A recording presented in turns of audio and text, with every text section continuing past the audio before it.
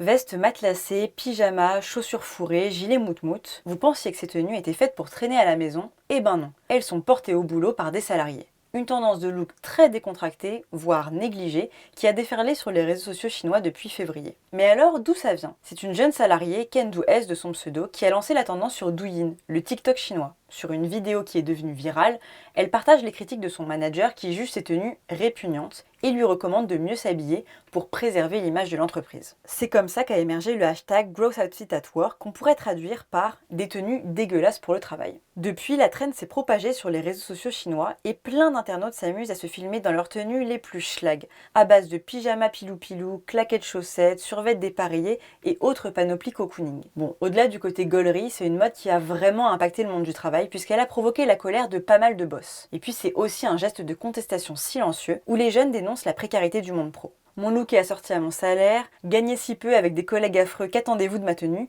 Voilà ce qu'on peut lire en description de ces vidéos. Et c'est vrai que la Gen Z prend cher en Chine. Ils arrivent sur le marché du travail dans un contexte post-crise économique. Près de 15% des 16-24 ans sont au chômage, puis la période vertueuse qu'ont connue leurs parents est révolue. Du coup, ils sont en rupture avec la culture de l'effort qui était très présente chez leurs aînés. Et tout ça, ça s'inscrit dans un mouvement plus large qu'on a vu émerger courant 2021, le Tangping, que l'on peut traduire par rester allongé. C'est un phénomène qui traduit un sentiment de défiance vis-à-vis de l'entreprise, une volonté de ralentir dans un monde professionnel qui valorise la course à la productivité et au profit. Il s'oppose notamment au rythme de travail 9-9-6, qui consiste à travailler de 9h du matin à 9h du soir, 6 jours par semaine. Bon, en tout cas, qu'on trouve cette tendance du look moche au travail complètement what the fuck ou stylé, elle montre bien à quel point le vêtement et la mode, ça a toujours été une modalité d'expression identitaire et sociale.